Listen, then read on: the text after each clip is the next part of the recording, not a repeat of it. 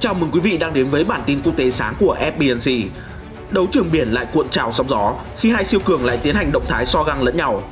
Dự luật cấm vận phong ấn Trung Quốc trên Biển Đông của Mỹ còn chưa ngã ngũ kết quả chính thức khi Trung Quốc đã đưa tàu tuần tra dân sự lớn nhất nước đến trấn giữ những vùng biển mà Bắc Kinh tuyên bố chủ quyền. Liên quan đến vùng chiến sự ở vùng trời Đài Loan, chuyên gia quân sự đã hé lộ những phân tích về lý do vì sao chiến cơ Trung Quốc chỉ áp sát phía Tây Nam Đài Loan. Đây chính là chiến lược một mũi tên trúng hai đích. Cụ thể là gì? Trong lúc đó, Mỹ tiếp tục có động thái chiêu người Trung Quốc khi giúp Đài Loan gia nhập Liên Hợp Quốc.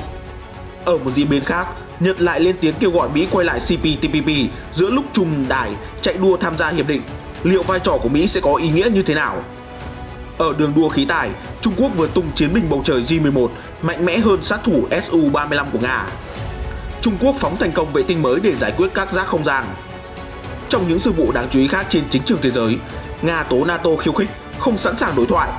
Ấn Độ nói cần thời gian để giải quyết bất đồng với Trung Quốc. Đặc phái viên Mỹ kêu gọi Bình Nhưỡng ngưng thử tên lửa và quay lại đàm phán. Các bệnh viện ở Anh gặp khó khăn khi làn sóng dịch bệnh tăng cao. Tất cả sẽ có trong bản tin quốc tế sáng ngày 25 tháng 10 ngay sau đây.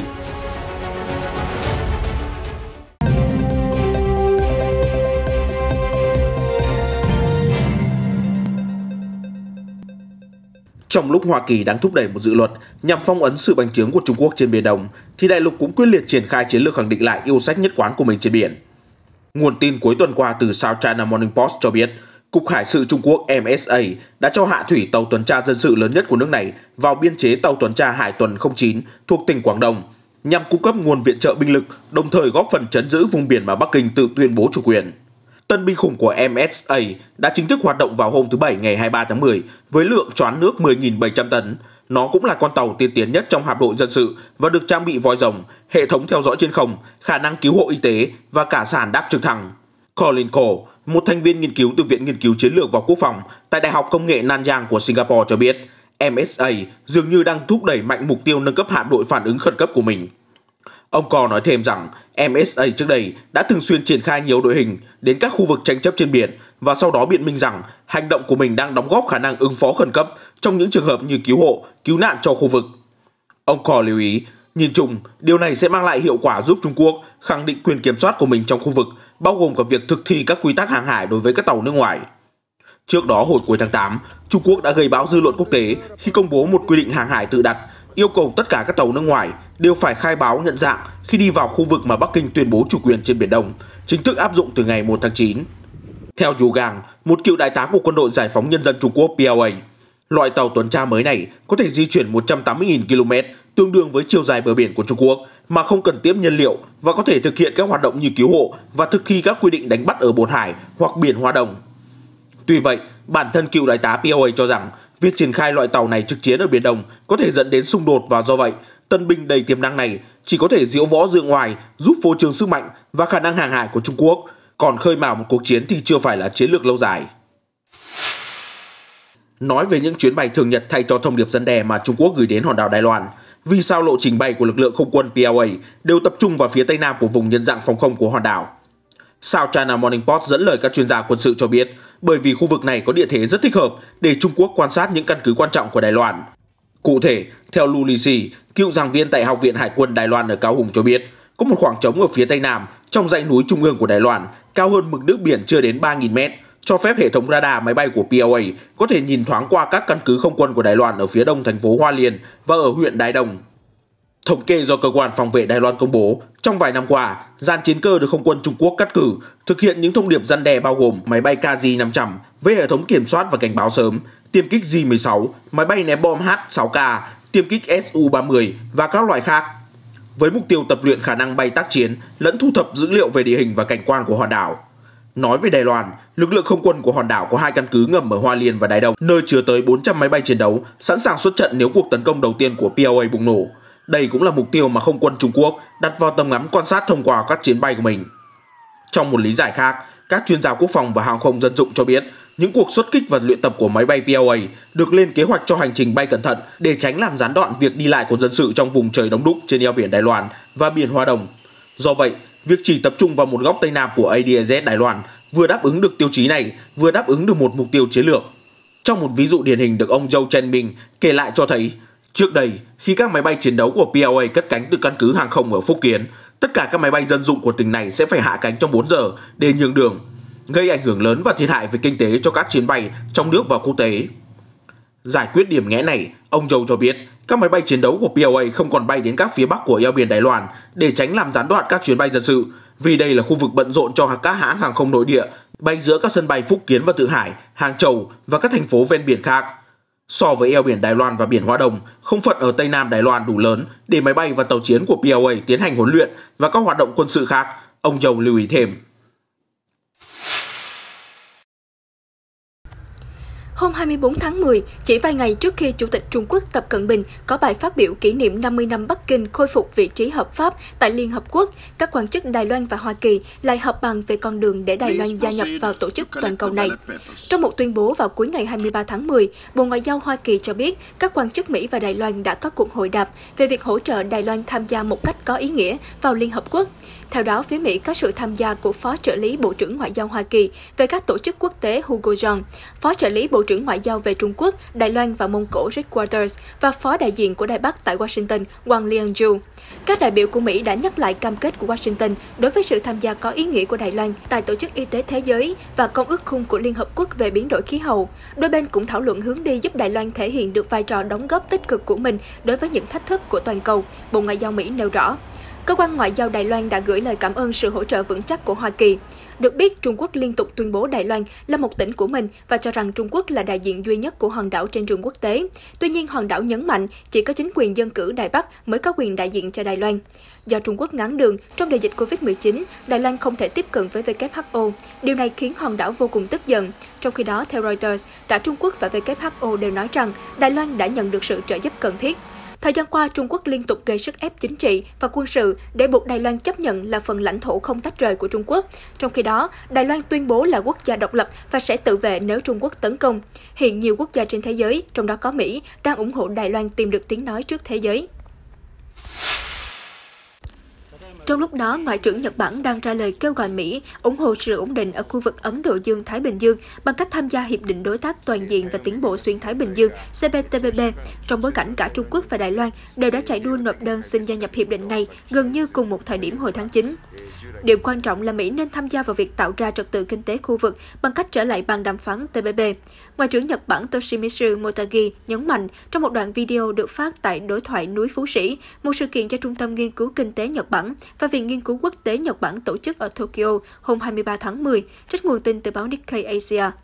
Được biết, ban đầu Mỹ đóng vai trò trung tâm và là quốc gia khởi xướng cho thiết chế kinh tế đa phương này, ký kết vào năm 2016 với tên gọi là Hiệp định Đối tác Xuyên Thái Bình Dương TPP, cùng sự tham gia của 12 quốc gia. Nhưng sau đó vào năm 2017, cựu Tổng thống Donald Trump đã rút Mỹ ra khỏi hiệp định, khiến cho 11 nước còn lại, gồm Australia, Brunei, Canada, Chile, Nhật Bản, Malaysia, Mexico, New Zealand, Peru, Singapore và Việt Nam, phải đàm phán và ký kết hiệp định mới vào năm 2018, có tên là Hiệp định Đối tác Toàn diện và Tiến bộ Xuyên Thái Bình Dương, gọi tắt là Hiệp định CPTPP. Ngoại trưởng Motegi cũng lặp lại thông điệp của Thủ tướng Nhật Bản Fumio Kishida nói rằng Liên minh Nhật-Mỹ là nền tảng của hòa bình và thịnh vượng quốc tế. Ông Motegi cũng nhấn mạnh các nhà lãnh đạo của Bộ Tứ Kim Cương, bao gồm Nhật Bản, Mỹ, Úc và Ấn Độ, cam kết với Hiệp ước Quốc phòng cùng nhau. Và Tokyo cũng sẽ thúc đẩy mạnh mẽ hợp tác cụ thể với các nước khác bao gồm ASEAN và châu Âu trong tương lai. Về lập trường của mình đối với Trung Quốc, ông Motegi cho biết Nhật Bản sẽ không từ bỏ các giá trị và nguyên tắc cơ bản như dân chủ, pháp quyền và thương mại tự do. Song song với đó, Tokyo vẫn sẽ duy trì hợp tác với Bắc Kinh trong những lĩnh vực khả thi. Ông Motegi nói thêm, điều quan trọng là phải khuyến khích Trung Quốc hoàn thành trách nhiệm của mình với tư cách là một cường quốc, trong đó ám chỉ đến các dự án trong khuôn khổ sáng kiến vành đai và con đường của Trung Quốc. Về phía Mỹ, theo Raymond Green, đại sứ lâm thời của Hoa Kỳ tại Tokyo, lưu ý Trung Quốc có những hành vi tiêu cực trong lĩnh vực thương mại mà cần phải xem xét khi đánh giá về khả năng gia nhập CPTPP, trong khi ông Green lại tỏ ý ủng hộ Đài Loan gia nhập hiệp định này. Tuy vậy, vị đại sứ Mỹ đã không trả lời về vấn đề liệu Mỹ có quay lại CPTPP hay không. Chiếc chiến đấu cơ J-11D này thường được gọi là phiên bản Trung Quốc của Su-35 của Nga. J-11D sử dụng công nghệ tương tự như của J-20. Được biết, J-11D là hậu duệ của J-11 đời đầu, được giới thiệu vào cuối những năm 1990 như một biến thể từ Su-27 Flanker của Nga.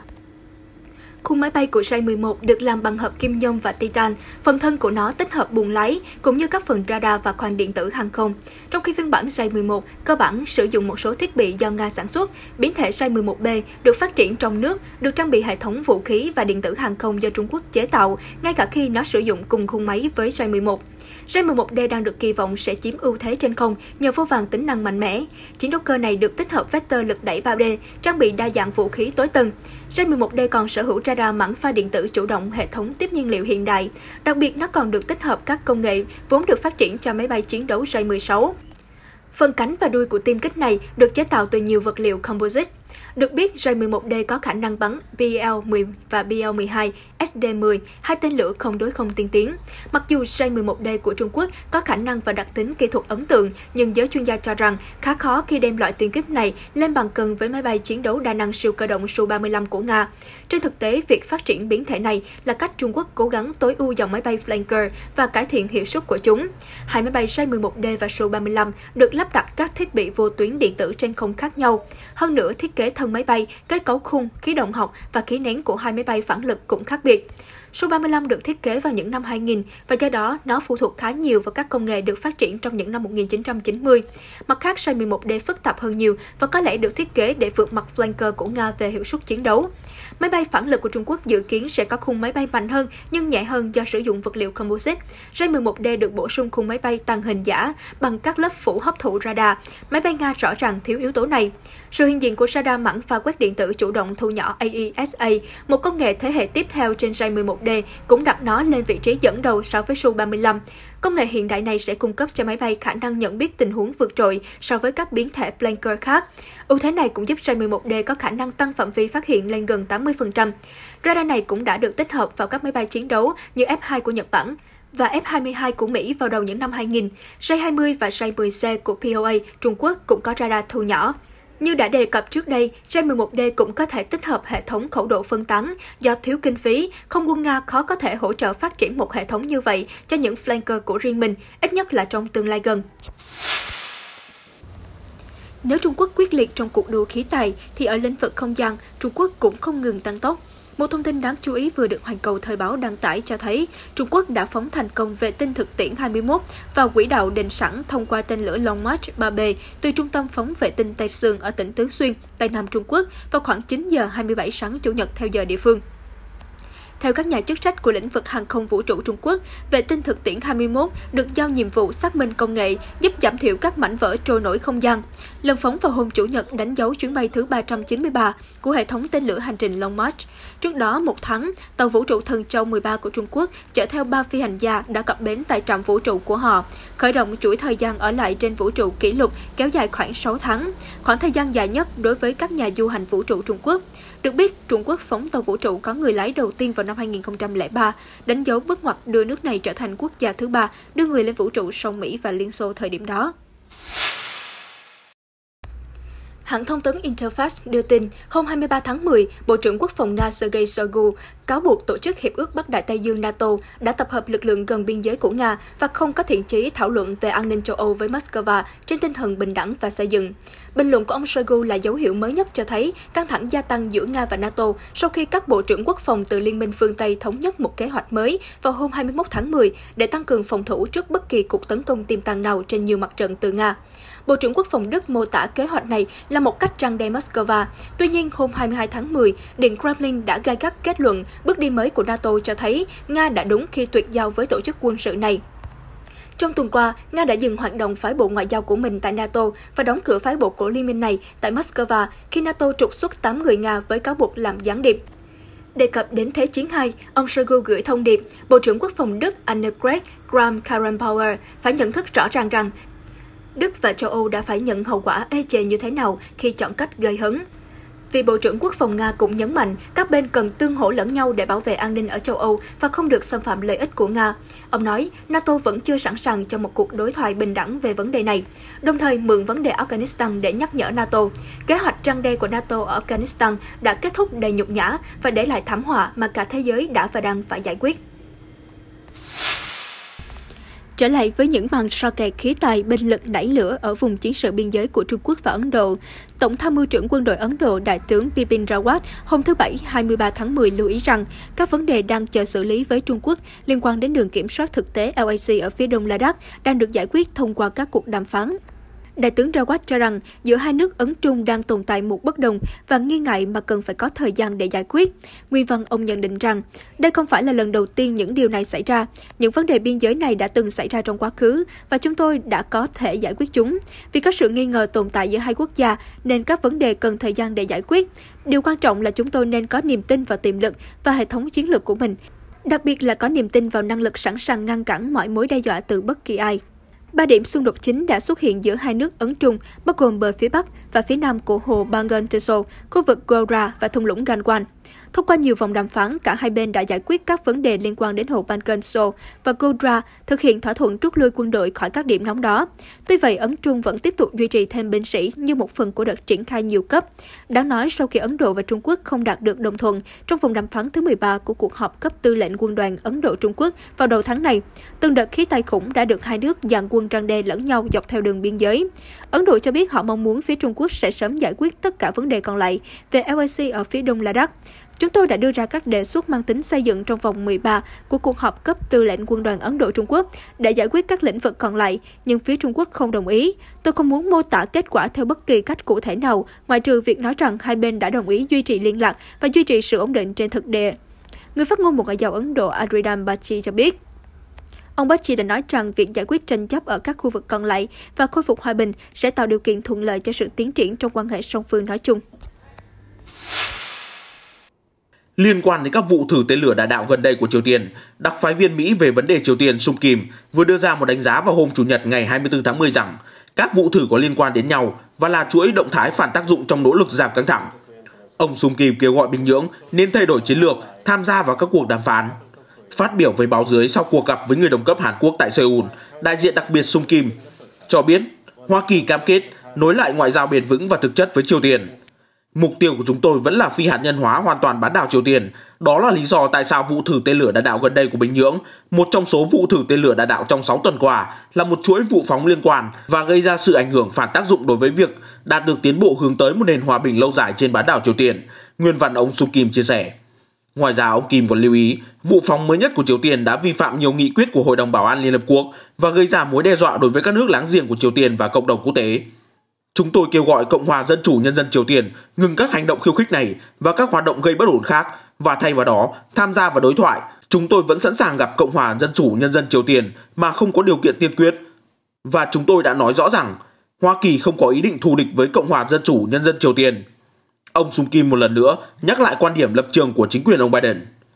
Trong khuôn khổ cuộc gặp với người đồng cấp Hàn Quốc vào hôm Chủ nhật, ông Sung Kim cho biết Washington đang thảo luận về các cách để đạt được tiến bộ với Triều Tiên, bao gồm đề xuất chính thức chấm dứt chiến tranh 1950 đến 1953 của Tổng thống Hàn Quốc Moon Jae-in và các dự án viện trợ nhân đạo có thể có.